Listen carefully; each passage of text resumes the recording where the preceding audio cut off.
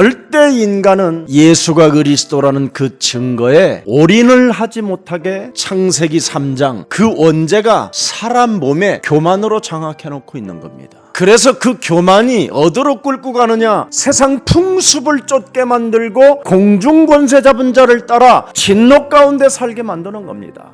예수가 왜 그리스도인가에 대한 이 이해와 증거와 이 체험이 없으면 수많은 목사들의 설교에 여러분이 길들여져서 완벽하게 사람이 미혹돼 버립니다. 그래서 색깔이 없어요. 컬러가 없어요. 그래서 모든 목사님들이 예수가 그리스도라는 그 증거를 갖고 있지 못하니까 자꾸 하나님에게 핑계를 대는 거예요. 책임 전가를 하고. 그래서 목사님들의 설교를 듣고 하나님을 자꾸 오해하게 만들어버리게 된 거예요. 그래서 하나님께로 다 얻어맞았다라는 거예요. 하나님이 나를 때려서 이렇게 되고. 아니, 하나님이 여러분을 당신의 형상으로 창조해놓고 인간을 영적인 존재로 만들어놓고 모든 것을 다 주신 분이 여러분을 두드리 패시는 분이십니까? 인간의 근본 문제는 하나님을 떠나서 왔다라는 게 성경에 기록된 목적입니다. 그래서 요한복음 20장 31절을 들여다보세요. 오직 성경을 기록한 목적은 너희로 예수께서 하나님의 아들 그리스도의 이름을 믿게 하려 함이요. 도대체 그리스도심을 왜 내가 믿어야 되느냐? 너희로 그리스도를 믿고 그 이름을 힘입어 생명을 얻게 하려 하심이니라. 그래서 그리스도의 생명 속에 권세가 있고 능력이 있고 하나님의 힘이 있고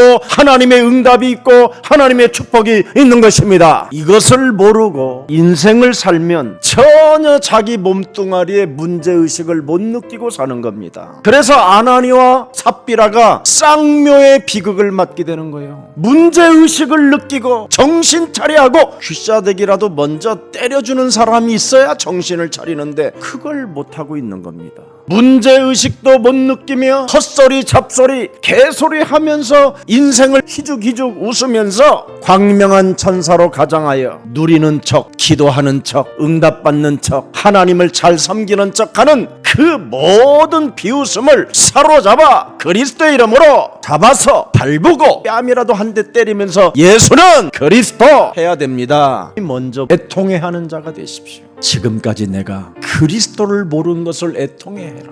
그리스도 이름 속에는 어떤 하나님의 권세와 권능이 들어있는지를 모르고 사는 것을 애통해해라. 하나님이 하나님의 아들 예수 그리스도를 통해서 나에게 주신 그 이름을 상실한 너는 애통해할 줄 알아라. 너의 심령을 빼앗고 너를 죽이고 너를 멸망케 하는 사탄의 일을 밟지 못한 것을 애통해하는 자가 되라. 모든 저주와 재앙을 멸할 수 있는 권능을 하나님이 주셨음에도 불구하고 그 이름을 상실한 나를 애통해할 줄 알아라.